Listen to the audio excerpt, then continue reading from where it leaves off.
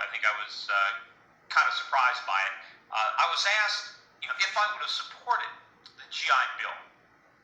Now, the GI Bill was enacted in 1944 as, I guess, part of Roosevelt's New Deal.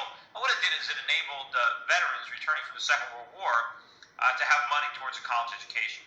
Now, my answer was I really didn't know whether I would have supported it or not. And I still don't know. I have kind of mixed feelings about it because in one way, it was a way of compensating people who had served in the military during the Second World War, who had sacrificed quite a bit during that 4-year period for their country. And when they were returning, giving them money towards a college degree was a form of compensation. So I may have even been for it, but I still don't know because I have a lot of problems with it as well.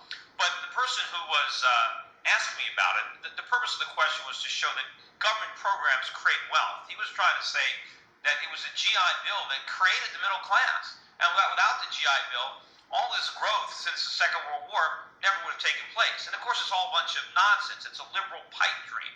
I mean, first of all, back in the 1940s, most Americans didn't go to college. And the reason they didn't go to college is because you didn't need to go to college to get most jobs.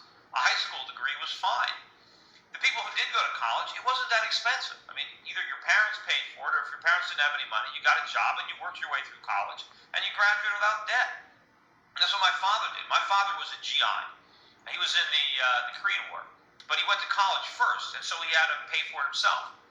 His parents had no money, so he got a job waiting tables over the summer, and that was enough. He graduated at the University of Connecticut in 4 years with no GI Bill and no debt.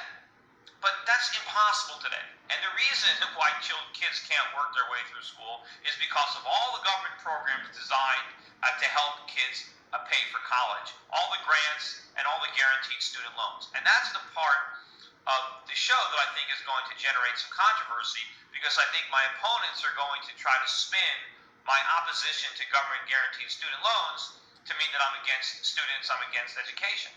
I'm for students. I'm for education. I'm against the universities overcharging them, and that's what student loans accomplish. See, the problem with the government-guaranteed student loans is the universities get all the money. The students get stuck with the bill.